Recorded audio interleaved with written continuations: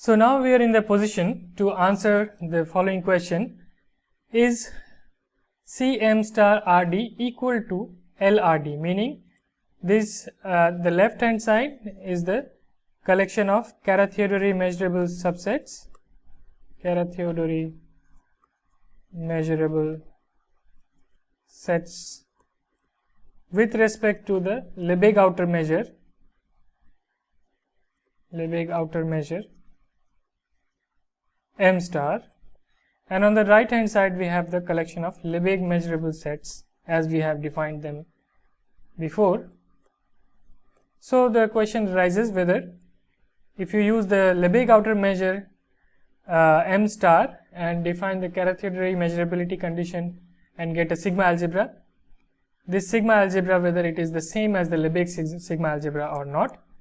And the answer to this question is yes. Answer is yes, and we will prove it shortly using some abstract nonsense if you want. So for this, let me make a quick definition. This is of a complete measure space. So if X, B, mu is a measure space such that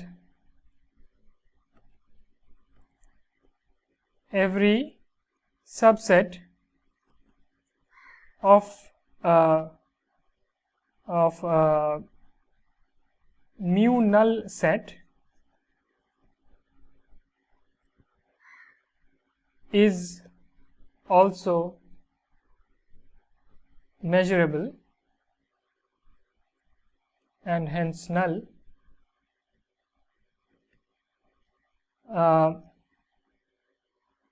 then X, B, mu is called a complete measure space.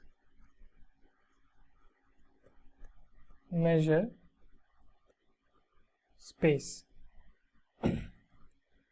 So this is to say that if E is an element of the sigma algebra B such that mu E is 0, so E is a null set, and if N is a subset of E, then this should imply that N belongs to B and mu N is also equal to 0. So this is the condition that should be satisfied for a measure space to be called a complete measure space. So of course an example we already know is the Lebesgue collection of Lebesgue measurable sets. This is with the of course the Lebesgue measure, so RD, LRD and M. The Lebesgue measure M is a complete measure space.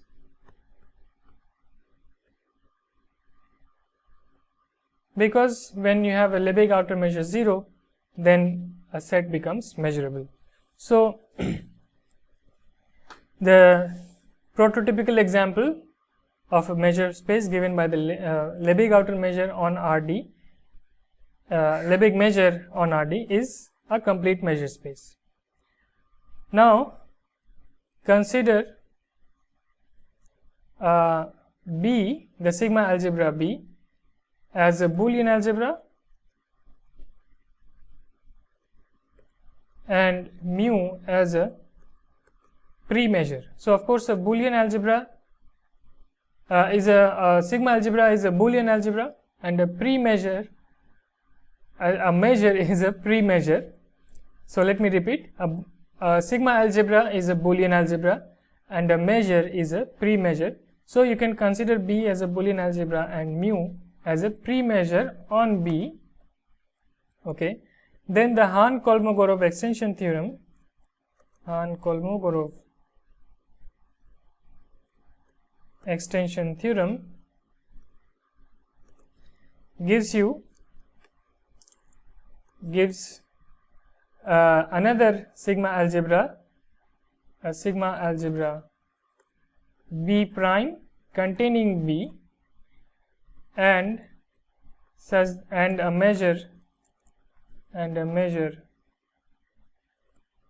mu prime on B prime, such that mu prime restricted to B equals mu. So we are using the Hahn-Kolmogorov extension theorem for the specific case when you already have a measure and a sigma algebra B. Then we can generate another sigma algebra B prime and a measure mu prime, such that mu prime equals mu. Now note that anything that you get from the Caratheodory extension theorem is going to be a complete measure space. So I will put this as a lemma to check for you. So a measure space obtained via the Caratheodory measurability condition or the Caratheodory extension theorem is a complete measure space. So this you can check. Now the question arises whether B prime is equal to B or not, and this is answered in the following lemma. So this is left as an exercise for you, and this lemma says that if X is sigma finite, meaning that X is a union of countably many subsets Xj is subset of X for each j, such that mu of Xj is finite for each j, then you can say that B prime equal to B. So when you already have a complete measure space on a sigma finite space, then you have B prime is going to be equal to B. So here we are assuming, so provided that X B mu is a complete measure space. So let's see why this lemma will imply that. I claim that this lemma implies that Cm star Rd equals LRD, because when you take the start with the measure space Rd, LRD, so this is our X, this is our B, and this is our mu. This is a complete measure space,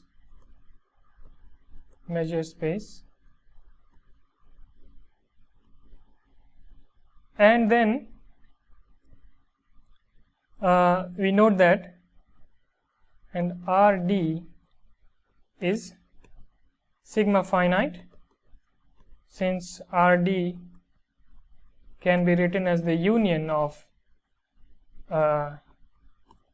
Euclidean balls with center 0 and radius n, and of course the Lebesgue measure of these balls B0n is finite. So Rd is sigma finite with respect to the Lebesgue measure, and so both these conditions for our lemma are satisfied, which is that X be sigma finite and that it should be a complete measure space.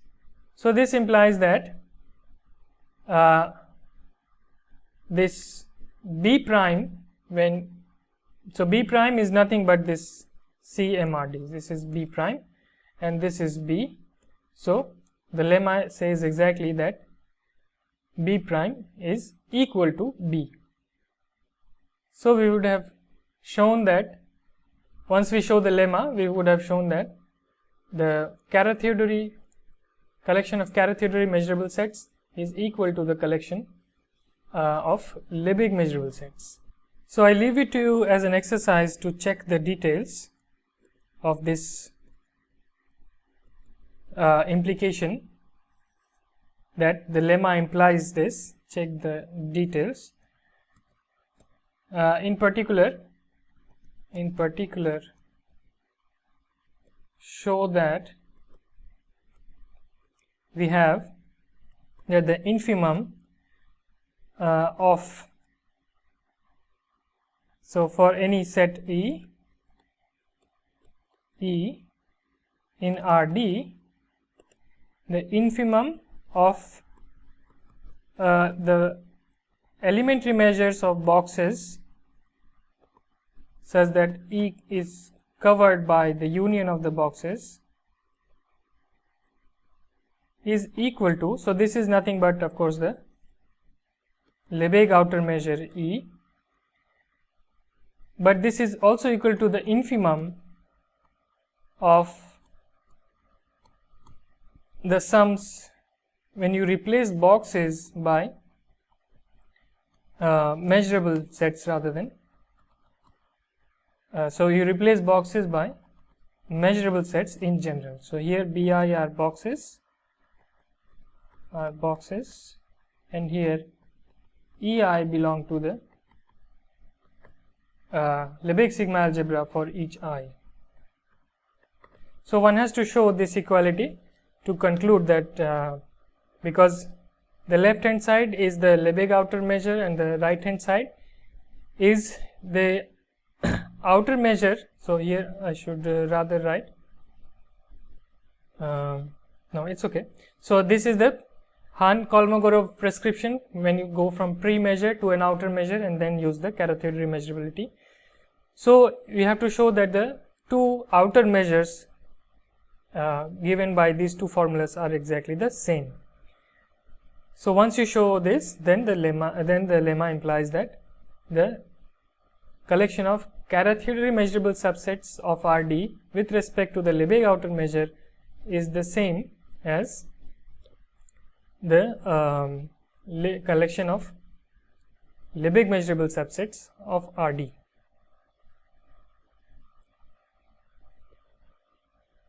So now let's see the proof of this lemma. So we have to show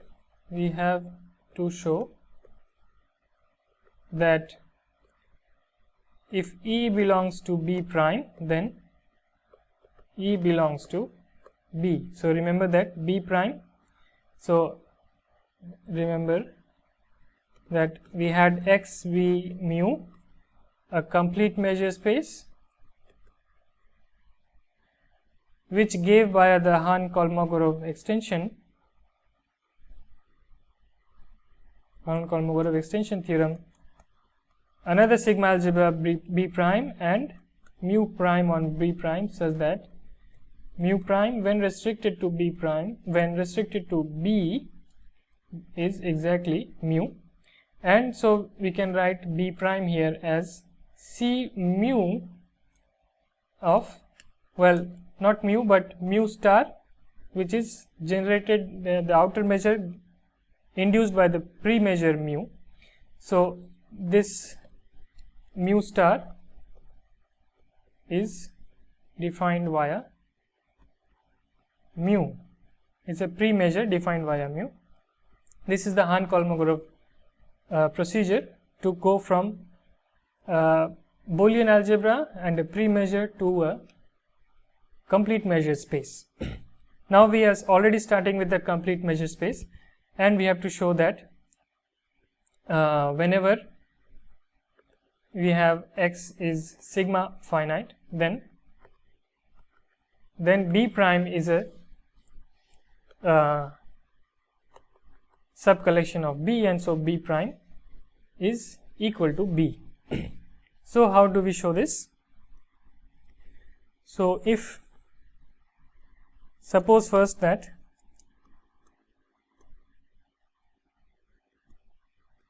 the measure of E is finite. So then I claim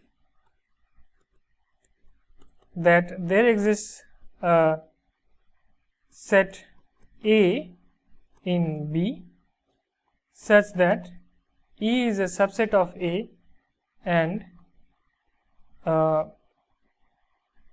mu prime of E is equal to mu of E. So this is for any set E in the bigger sigma algebra B prime. So let's see how to prove this. So to prove this claim, we proceed as follows. So for each n greater than or equal to 1, let AI be a collection of elements in B covering E. So AIN I equal to 1 to infinity, such that this sum mu AIN I equal to 1 to infinity is less than or equal to mu prime E plus 1 over n. So set A n to be the union of AINs, which means that E is a subset of AN and mu AN. So this belongs to B, so we can write mu AN is bounded above by this sum mu AIN, and then this is bounded above by mu prime E plus 1 over n. So now if we define A to be the intersection of all these ANs, n equal to 1 to infinity, then E is a subset of A. So mu prime E is less than or equal to mu prime A, which is equal to mu A, because again this A belongs to B because it's a sigma algebra.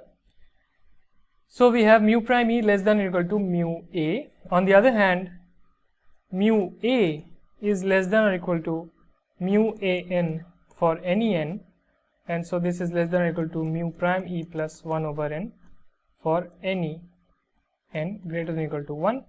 This means that mu A is less than or equal to mu prime E, and this means that mu prime E is equal to mu A. So we have shown that for any set E in B prime, so E was in B prime and there exists a set A in B such that mu prime E equals mu A. So now if you take the measure mu prime of E minus A, this is equal to mu prime E minus mu A, right? Because, well, it's equal to mu prime E minus mu prime A, and this is equal to mu prime E minus mu A, and this is equal to 0, as we have shown. Here I am using that mu prime itself is also a measure, so we have this. So now using again the fact that this belongs to B prime, and so this implies that there exists a set n in B such that mu prime E minus A is equal to mu n is equal to 0, and E minus A is a subset of this set n. From what we have just shown, here again we have a set of finite measure in B prime, so we can find a set n in the sigma algebra B for which the measures agree, and in this case it is 0.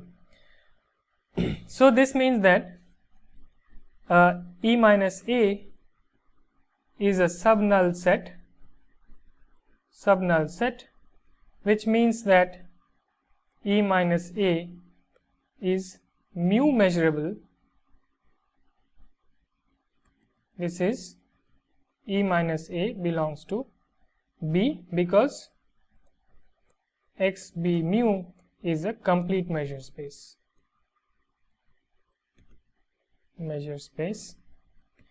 So E minus A belongs to B. So here actually I should rather take A minus E rather than E minus A, because E is a subset of A. So we have A minus E everywhere rather than E minus A. So now E also here, A minus E. So E can be written as A minus E, and so this belongs to B.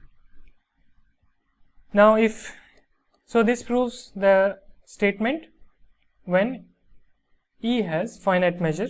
So if mu E is infinite, then E can be written as a countable union n equal to 1 to infinity of the intersection with xn, where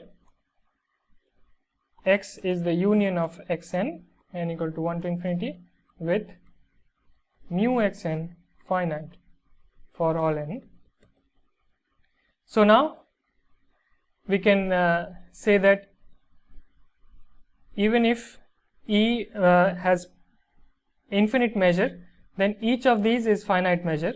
Mu of E intersection xn is finite, and so therefore each of these sets belongs to B, and so the union belongs to B, and then we are done. So we showed that any completion that you get for a complete measure space via the Caratheodory extension theorem gives you nothing extra, and you get the same sigma algebra back when X is sigma finite.